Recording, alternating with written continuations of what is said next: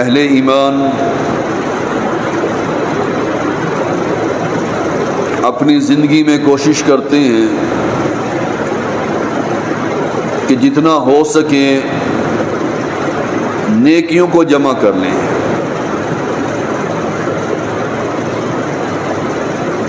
ہر موسم میں ہر دن یہ کوشش کرتے ہیں کہ اللہ ہم سے راضی ہو جائے اور ہماری نیکیاں قبول فرما لیں.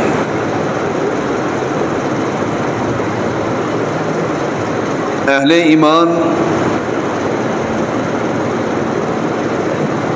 خود بھی کوشش کرتے ہیں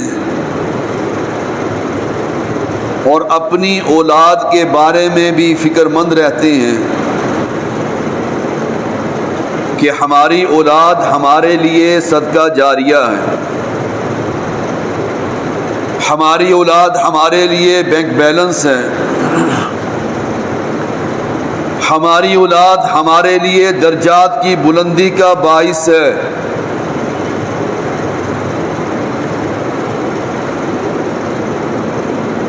اسی فکر میں،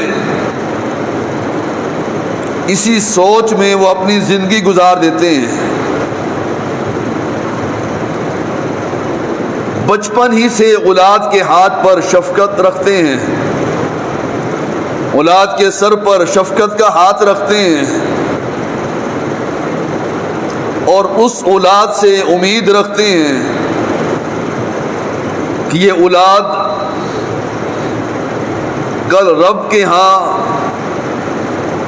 ہمارے درجات کو بلند کرنے والی ہے. اور انہی کے بارے میں اللہ نے فرمایا میرے بندے ہیں وعباد الرحمن، رحمان کے بندوں کی ایک صفت یہ ہے کہ والذین یقولون ربنا هب لنا من ازواجنا وذریاتنا قرۃ اعین، رب سے دعائیں کرتے ہیں اے ہمارے رب ہماری بیویوں کو اور ہماری اولاد کو ہماری آنکھوں کی ٹھنڈک بنا دیں. آنکھوں کی ٹھنڈک صرف ایک ہی طریقے سے بنتی ہے کہ وہ اپنی زندگی شریعت کے مطابق گزار لیں، ان کی ایسی تربیت ہو کہ ان کا راستہ جنت کا راستہ بن جائے. وَجَعَلْنَا لِلْمُتَّقِينَ إِمَامًا، متقین کا امام بنا دیں. ہر اہل ایمان کو یہ فکر ہے اور ہر دنیا دار کو یہ فکر ہے کہ میری اولاد اپنے پاؤں پر کھڑی ہو جائے. دنیا کو حاصل کرنے کے لیے ان کی سوچ ایک دنیاوی سوچ ہے اور اہل ایمان کی سوچ ایسی ہے کہ میری اولاد جنت کی مہمان بن جائے. یا ایھا الذین آمنوا قوا انفسکم واہلیکم نارا، اہل ایمان اللہ نے فرمایا اے اہل ایمان قوا انفسکم، اپنے آپ کو جہنم کی آگ سے بچا لیں، وَأَهْلِكُمْ نَارًا، اور اپنے اہل و عیال کو بھی جہنم کی آگ سے بچائیں. اور اہل و عیال میں سب سے پہلے اولاد ہے، بیوی بچے ہیں. وَقُودُهَا النَّاسُ وَالْحِجَارَةُ، اس جہنم کی آگ کا ایندھن انسان کی ہڈیاں اور یہ پتھر ہوں گے.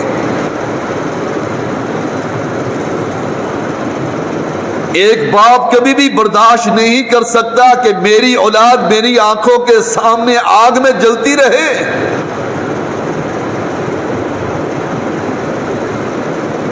اور آج دنیا میں ہم کیسے برداشت کر لیتی ہیں کہ ہم مسجد میں آئے اور ہماری اولاد بستروں پر آرام کرتی رہے.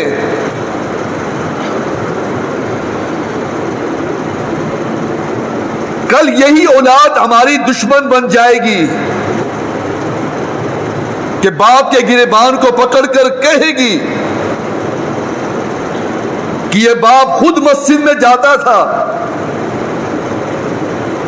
مجھے کبھی نہیں کہا کہ بیٹا مسجد میں آ جاؤ۔ وَأَهْلِيكُمْ نَارًا وَقُودُهَا النَّاسُ وَالْحِجَارَةُ، یہ انسان اور یہ پتھر، ان کو جمع کر کے آگ لگائی جائے گی۔ دنیا میں کوئی باپ بھی برداشت نہیں کر سکتا کہ میرے بیٹے کو کوئی آج پہنچے، کوئی تکلیف آئے میری نظروں کے سامنے۔ لیکن ہم اپنی اولاد کی تربیت نہیں کرتے۔ علیہا ملائکۃ غلاظ شداد لا یعصون اللہ ما امرہم ویفعلون ما یؤمرون، جہنم کے فرشتے اتنے مضبوط ہیں، سخت دل ہیں، تندخو ہیں، اتنے مضبوط ہیں، جو کہا جاتا ہے اس کو سر تسلیم خم کر لیتے ہیں، جو اللہ حکم دیتا ہے اس پر فوراً عمل کرنے والے ہیں۔ ہمیں فکر کیوں نہیں اپنی اولادوں کی کہ ہم خود تو نیک ہیں اور ہماری اولاد کسی اور راستے پر چل رہی ہے۔ قل تعالوا اتل ما حرم ربکم علیکم، اے محمد صلی اللہ علیہ وسلم ان کو پڑھ کر سنائیے کہ اللہ نے تم پر کیا چیز حرام کی ہے۔ علیکم اللہ تشرکوا بہ شیئا، کہ میرے ساتھ کسی کو شریک نہ کرنا۔ وبالوالدین احسانا، اور والدین پر احسان کرنا۔ سب سے بڑا احسان اولاد کا یہی ہے کہ اولاد نیک بن جائے۔ باپ پر سب سے بڑا احسان یہ ہے کہ اولاد اللہ کی فرما بردار بن جائے اور اللہ کی اس کے بعد اپنے والد کی فرما بردار بن جائے۔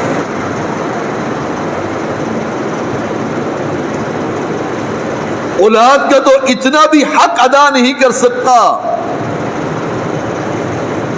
یہ باپ کا حق اتنا بھی ادا نہیں ہو سکتا۔ اولاد جو مرضی کرتی رہے، باپ کا حق ادا نہیں ہوتا۔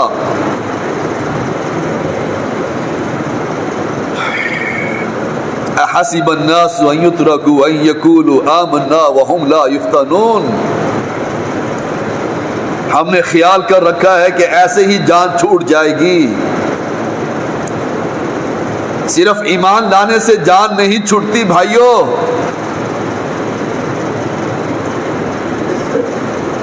ہماری آزمائش ہونی ہے۔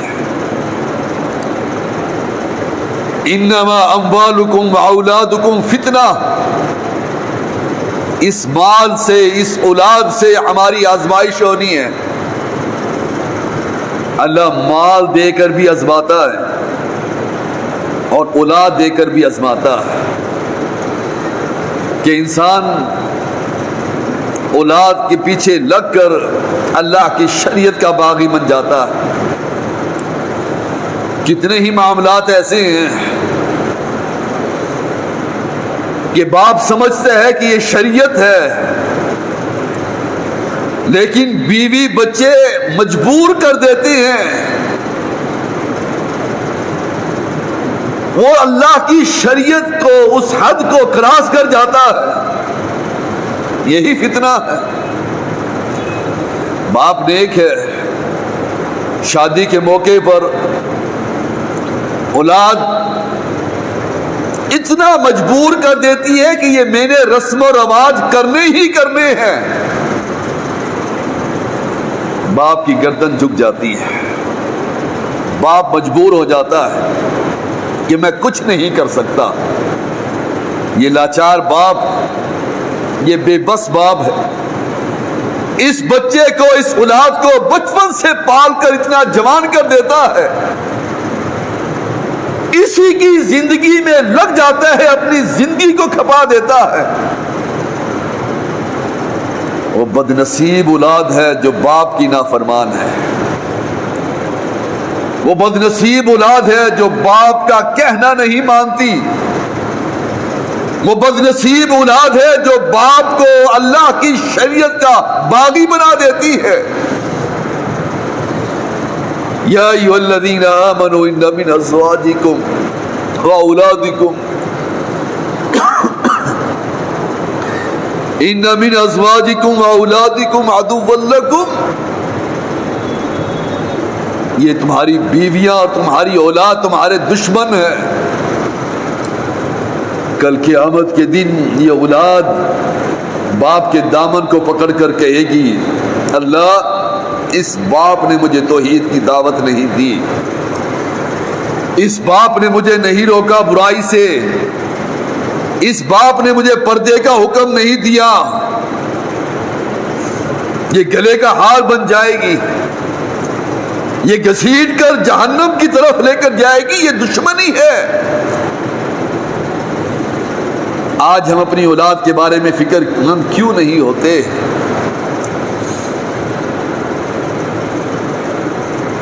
وہ بھی اولادیں ہیں. حضرت خنسا رضی اللہ تعالی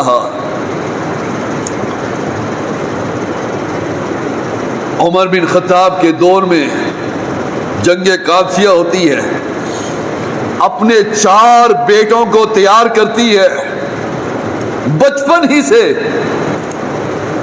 اللہ کے دین کے لیے. اور ایک دن پہلے بیٹوں کو نصیحت کرتی ہے کہ میرے بچوں، جب جنگ کی آگ جل رہی ہو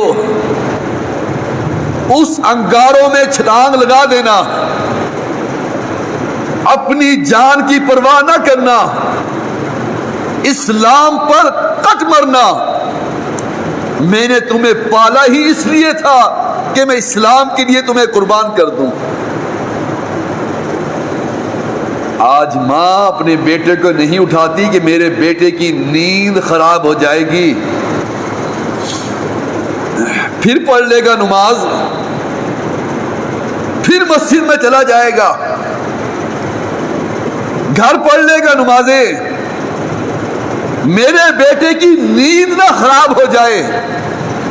قربان جاؤں حضرت خنسا پر. وہ کہتی ہے کہ میں نے تمہیں اس لیے پالا تھا کہ میں اللہ کے دین پر تمہیں قربان کر دوں. ایک ایک ہو کے شہید ہو جانا، اللہ کے دین پر آنچ نہ آنے دینا. جنگ قادسیہ میں اس عورت کے 4 بیٹے شہید ہو جاتے ہیں. ایسی ہی عورتیں اللہ کے عرش کے سائے تلے ہوں گی.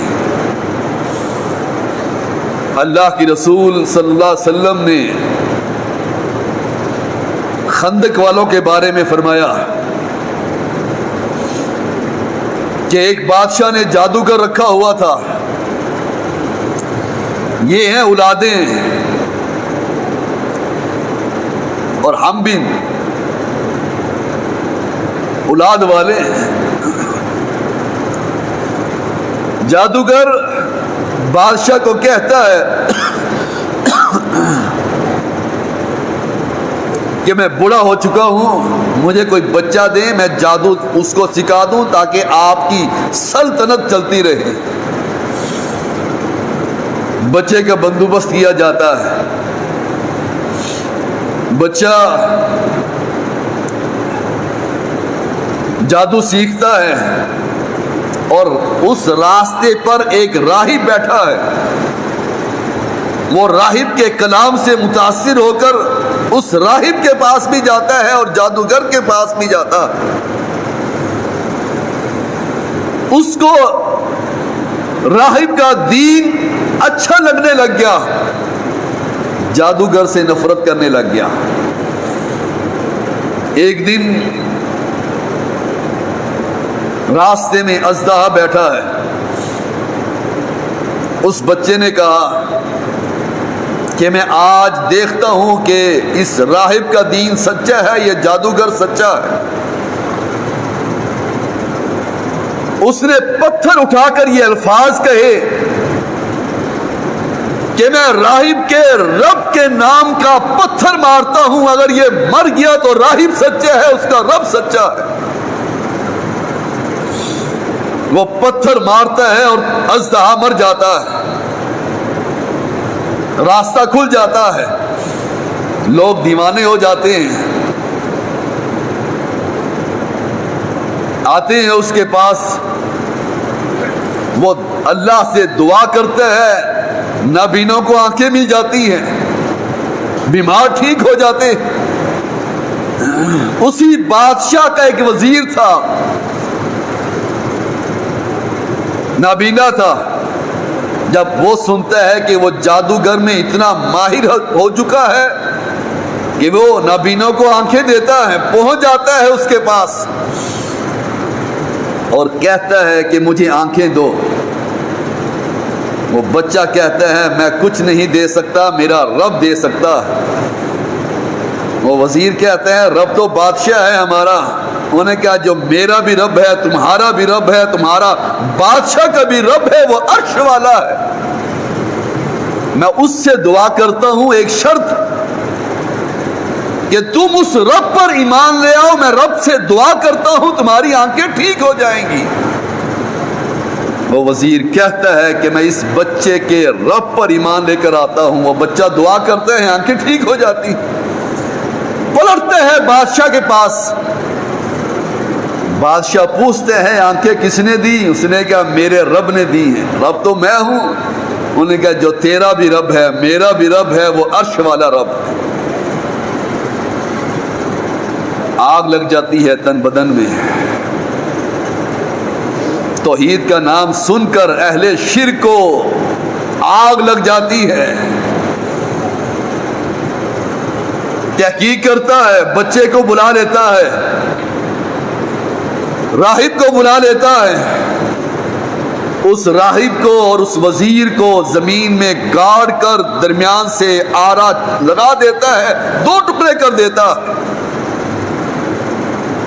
بچہ دیکھ رہا ہے. بچہ ایسا نہیں تھا جو آج کے دور میں موبائل پر لگا رہتا ہے, ایسی اولاد نہیں تھی. وہ بچے کو کہتا ہے مجھ پر ایمان لے آؤ. انہوں نے کہا میں رب پر ایمان لے کر آتا ہوں. اپنے سپاہیوں کو ساتھ بھیجتا ہے پہاڑ کی چوٹی پر. دیکھیے ایمان, پہاڑ کی چوٹی پر بھیجتے ہیں کہ اس پہاڑ کی چوٹی پر چڑھا کر اس کو دھکا دے دینا, یہ مر جائے گا. ہائے قربان جاؤں اس بچے پر جس کا نام عبداللہ بن تامر تھا. اس نے رب سے دعا کی, اللہ اگر تو سچا ہے اور ہے سچا, اپنی شان کے مطابق ان سے انتقام لے لینا, میرے لیے کافی ہو جا.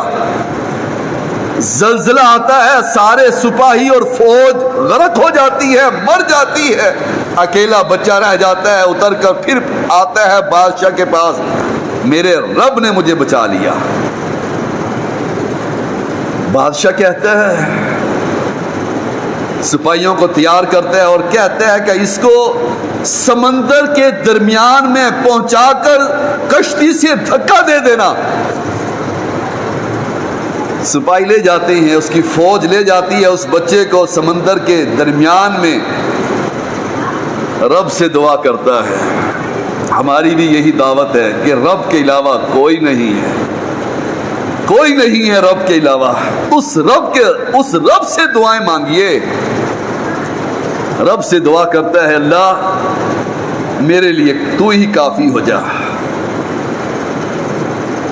سمندر میں طغیانی آتی ہے، کشتی اڑ جاتی ہے، سارے سپاہی فوجی مر جاتے ہیں، وہ کشتی کے تختے پر بیٹھ کر پھر باہر نکل آتا ہے اور بادشاہ کے سامنے حاضر ہو جاتا ہے کہ میرے رب نے مجھے بچا لیا۔ بادشاہ کو وہ کہتا ہے کہ مجھے مارنا چاہتے ہو تو ایک شرط پر میں مر سکتا ہوں، ایک شرط پر میں مر سکتا ہوں کہ تم پوری دنیا کو، پوری قوم کو جمع کرو، میرا تیر لو اور اس تیر پر یہ پڑھو بسم اللہ ربی ھذا الغلام، کہ میں اللہ کے نام سے اس بچے کے رب کے لیے، رب کے نام سے اسے مارتا ہوں، میں مر جاؤں گا۔ قوم جمع ہو جاتی ہے، قوم جمع ہو جاتی ہے، ہائے دنیا آ جاتی ہے، وہ تیر لیتا ہے اور یہ الفاظ کہتا ہے کہ میں اس بچے کے رب کے نام سے اس کو مارتا ہوں، میرا بس نہیں چلتا۔ تیر نکلتا ہے، بچہ فوت ہو جاتا ہے۔ جو ہی بچہ فوت ہوتا ہے پوری قوم کہتی ہے کہ ہم اس بچے کے رب پر ایمان لے کر آتے ہیں۔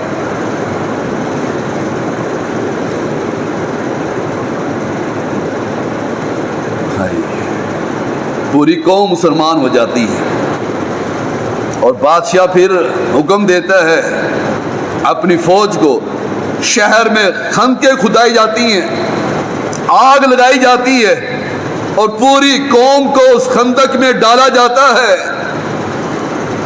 والسماء ذات البروج کی تفسیر پڑھ کر دیکھیے، گھر جا کے پڑھیے، پوری قوم کو آگ میں جلا دیا جاتا ہے۔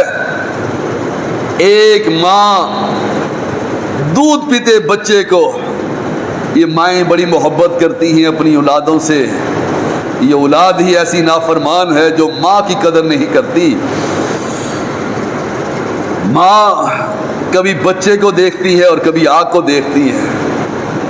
حدیث میں آتا ہے وہ دودھ پیتا بچے نے کہہ دیا ماں اس خندق میں چھلانگ لگا دو، یہ جنت ہے آگ نہیں۔ ہماری اور تمہاری تربیت کیسی ہے؟ ایک بچہ تھا، باپ نکل جاتا ہے جنگوں میں، جنگ یمامہ سے ہوتا ہوا دور نکل جاتا ہے، 27 سال گھر میں نہیں آتا، بچہ چھوٹا سا تھا، اس کو پتہ نہیں، اللہ نے اسے پھول دے دیتا ہے اور وہ بھی جوان بن جاتا ہے، 25-26 سال کا۔ باپ واپس پلٹتا ہے اور گھر کا دروازہ نیزے سے کھولتا ہے تو باہر سامنے بیٹھا ہے ایک نوجوان۔ وہ کہتا ہے تو کون ہے؟ وہ لڑکا کہتا ہے تو کون ہے، میرے گھر میں کیوں آیا ہے؟ انہوں نے کہا گھر تو میرا ہے، تیرا گھر تو ہے نہیں، شور بھی جاتا۔ محلے والے اکٹھے ہو جاتے ہیں، یہ ہے اولاد۔ امام مالک رحمت اللہ علیہ، حسن بصری رحمت اللہ علیہ کے وہ استاد، لوگ تعارف کرواتے ہیں، ماں نکلتی ہے باہر سے، بیٹا یہ تیرا باپ ہے، اتنے عرصے کے بعد آیا ہے، گلے مل جاتے ہیں، گلے لگا لیتے ہیں، روتے ہیں، باپ بیٹے کی محبت جاگ جاتی ہے، رات کو سو جاتے ہیں، بیوی کو کہتے ہیں میں 30,000 اشرفیاں دے کے آیا تھا، اس کا حساب، اس نے کہا صبح ہو جائے میں اس کا حساب و کتاب بھی دے دیتی ہوں۔ صبح ہوتی ہے، وہ بھی مجاہد تھا اور بیٹا مسجد میں جاتا ہے، نماز پڑھتے ہیں. باپ فروغ ہے, فروغ نامی باپ ہے. سلام پھیرنے کے بعد دیکھتا ہے ایک شخص بیٹھا ہے, ہزاروں کے حساب سے اس کے سامنے اس کے شاگرد بیٹھے ہیں, اور وہ کہتا ہے قال اللہ قال الرسول, اللہ اس کی رسول کی باتیں کر رہا ہے. اور یہ باپ ایڑیاں اٹھا اٹھا کے دیکھتا ہے یہ کون شخص ہے, کتنا بڑا ولی ہے, اتنے اس کے شاگرد ہیں, حدیث رسول بیان کر رہا ہے, لوگوں سے پوچھ رہا کہ یہ کون ہے, یہ وقت کا امام ہے, وقت کا ولی ہے, اس کا نام کیا ہے؟ لوگ کہتے ہیں اس کا نام امام ربیع ہے. انہوں نے کہا یہ کس کا بیٹا ہے؟ انہوں نے کہا اس کا باپ جہاد پر گیا ہوا ہے, اپنے باپ کا نام فروغ بتاتا ہے, یہ فروغ کا بیٹا امام ربیع ہے اور حدیث رسول کا درس دیتے ہیں, ہزاروں کے حساب سے اس کے شاگرد ہیں. باپ رونا شروع کر دیتا ہے, روتے روتے گھر پہنچتا ہے, بیوی کو کہتا ہے تو نے 30,000 اشرفیوں کا حق ادا کر دیا, میں اتنا بڑا خوش قسمت ہوں, میں اتنا بڑا خوش قسمت ہوں کہ میرا بیٹا لوگوں کا امام ہے, ہزاروں کے حساب سے لوگوں کو درس حدیث دے رہا ہے. یہ بچے تھے بھائیوں. ہماری اولادیں کیسی ہیں؟ ہماری اولادوں سے موبائلوں کے بارے میں, پوری دنیا کے بارے میں, موبائل کے ہر سسٹم کے بارے میں پوچھ لو. اگر پوچھو تو رب کے قرآن کا ترجمہ نہیں آتا, محمد کی حدیث کا ترجمہ نہیں آتا, صلی اللہ علیہ وسلم, نبی کی بیویوں کے نام نہیں آتے, نبی کے بچوں کے نام نہیں آتے, عشرہ مبشرہ کے نام نہیں آتے, صحابہ کے نام نہیں آتے, خلفائے راشدین کے نام نہیں آتے, حدیث کے ائمہ کے نام نہیں آتے. تمہیں نام یاد ہیں تو موبائلوں کے نام یاد ہیں, موبائلوں کی کمپنیاں یاد ہیں. اور میرے بھائیوں تم کس راستے پر چل رہے ہو, تمہاری اولادیں کس راستے پر چل رہی ہیں, کل رب کو کیا جواب دو گے کہ ہم نے اپنے بچوں کی تربیت کیسی کی ہے؟ کل یہی بچے ہوں گے اور ہمارا گریبان پکڑ کر کہیں گے اس باپ نے ہمیں دین کی سمجھ نہیں دی.